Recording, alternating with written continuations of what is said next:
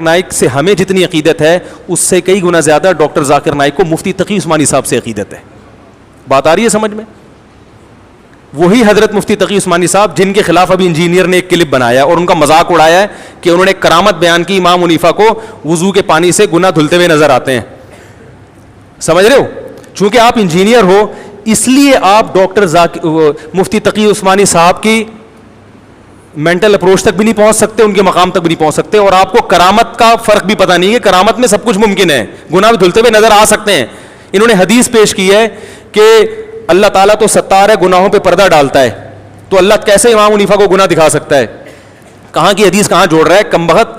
یہ تو ground reality ہے کہ اللہ اکثر تو گناہ پہ پردہ ڈالتا ہے, لیکن گناہ سے پردہ اٹھتا بھی تو ہے نا. دنیا میں کتنے لوگ ہیں جن کے گناہ فاش ہو جاتے ہیں.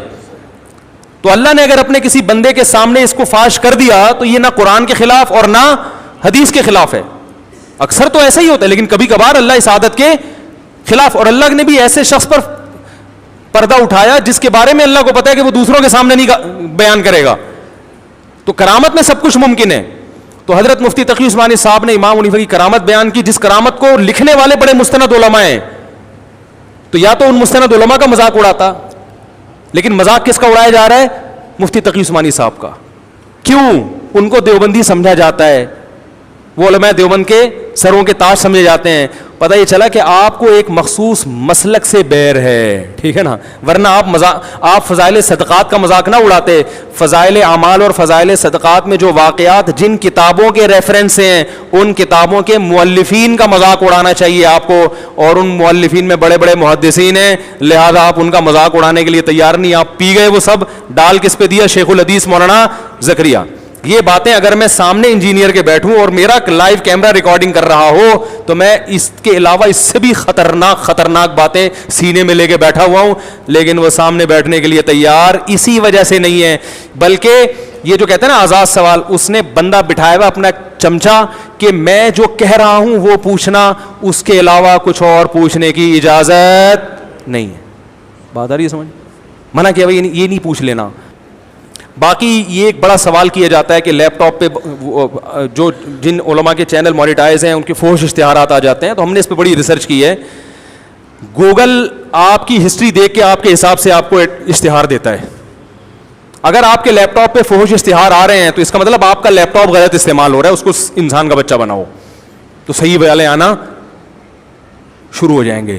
ٹھیک ہے نا, صحیح والے آنا شروع ہو جائیں گے. ملیشیا میں حضرت مفتی تقی صاحب جب جاتے ہیں, ہم جب ملیشیا جاتے ہیں تو ڈاکٹر ذاکر نائک سے ملنے کے لیے جاتے ہیں, لیکن جب حضرت مفتی تقی صاحب جاتے ہیں تو ڈاکٹر ذاکر نائک صاحب ان سے ملنے کے لیے ان کے ٹھکانے پہ جاتے ہیں.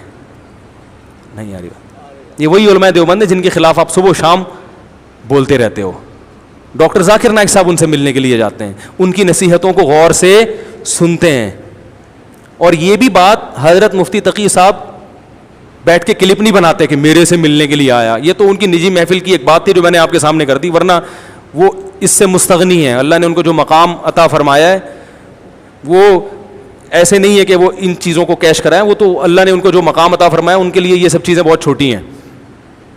تو عرب علماء ان کی, عرب تو کسی کو مانتے ہی نہیں ہیں. اجمیوں کو تو عرب میں تو ایک عصبیت ہے, وہ تو اجمی کتنا بڑا عالم ہوگا عرب نہیں مانتے اس کو, ایک عصبیت ہے ان میں. لیکن حضرت اقدس مفتی تقی عثمانی صاحب کی علمیت کا لوہا اللہ نے منوایا ہے, وہ ماننے پر مجبور ہوئے ہیں. یہ ائمہ حرمین, مسجد نبوی کے امام, مسجد حرام کے امام اور سعودیہ کے بڑے بڑے قاضی, یہ حضرت مفتی تقی عثمانی صاحب کی مجالس میں شرکت کرتے ہیں. کئی دفعہ کیے انہوں نے, ان کی صحبت میں آگے بیٹھے ہیں. مجمع الفقہ الاسلامی جس میں 100 کے قریب ممالک کے علماء تھے, اس کے رئیس 5 سال رہے مفتی تقی عثمانی صاحب. مکہ جو مفتی تھے نا وہ حضرت مفتی تقی صاحب کے نائب رہے ہیں.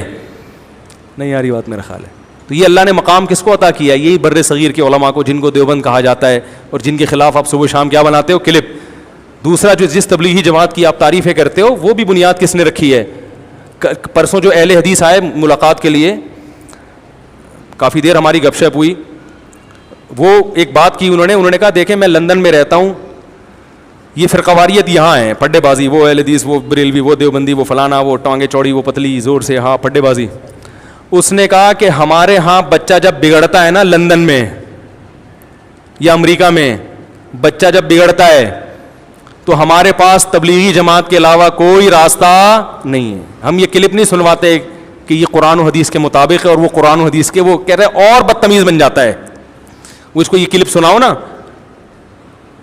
وہ جھگڑے, وہ فلانا رفع الیدین اور آمین اور فلانا اور ڈمکانا, کہہ رہے یہ نہیں, ہم اس کو کہاں بھیجتے ہیں, کہہ رہے درجنوں اختلاف کے باوجود ہمیں ملتی کیا ہے, یار ادھر بھیجو. تو یہ ظرف بھی کس کا ہے بھائی؟ ایک پوری دنیا. عرب بھیجتے ہیں, عرب سے جب اپنے بچے نہیں سنبھلتے کہاں بھیجتے ہیں؟ تبلیغ میں, چلا لگا کے آؤ, یہ نا. تو یہ ظرف یہ کون, کہاں سے اس کے تانے بانے دیوبند سے ملتے ہیں. پوری دنیا میں ایک ایسا نیٹ ورک بنا دیا کہ آپ کا بچہ بھی بگڑے گا, اللہ نہ کرے میرا بھی بگڑ جائے, تو مجھے ان کے علاوہ کوئی راستہ نظر نہیں آتا کہ پہلے چلا لگوا لو, تھوڑا سا انسان کا بچہ بن جائے, پھر ٹانگیں چوڑی کرواؤں گا میں یا پتلی کرواؤں گا. وہ بات کی بات ہے, انسان کا بچہ تو بناؤ اس کو. بلکہ وہ تبلیغ میں چلا لگا کے یہ مسائل ہی نہیں رہتے اس کو. وہ کہتا ہے نماز پڑھو تکبیر اولیٰ کے ساتھ, ان چیزوں پہ آتا ہے. وہ سمجھ رہے ہیں کہ نہیں سمجھ رہے؟ علماء کا احترام, مسائل کا علم علماء سے.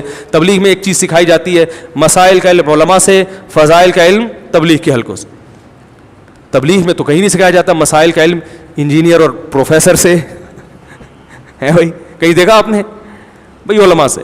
وہ ایک اصول ہے بھائی, ہر چیز اس کے اہل سے ملے گی. تبلیغ میں بالکل مسائل نہیں بیان کیے جاتے بھائی. جس کو جس عالم پر اعتماد ہے اس سے مسئلہ پوچھے, دوسرے کے خلاف انگلی نہ اٹھے. کیسا بہترین خوبصورت اصول بیان کر دیا انہوں نے. تو ڈاکٹر ذاکر نائک کی جو بہت زیادہ محنت ہے, اس میں بڑا کردار حضرت مفتی تقی عثمانی صاحب کی کتابوں کا ہے. سمجھ رہے ہیں کہ نہیں سمجھ رہے؟ ان کی ریسرچ ہے جن سے انہوں نے, اور باقی بھی جو ہے وہ احمد دیدات سے ڈاکٹر ذاکر نائک نے سیکھا. اور احمد دیدات کے تانے بانے بھی جا کے دیوبند سے ملتے ہیں.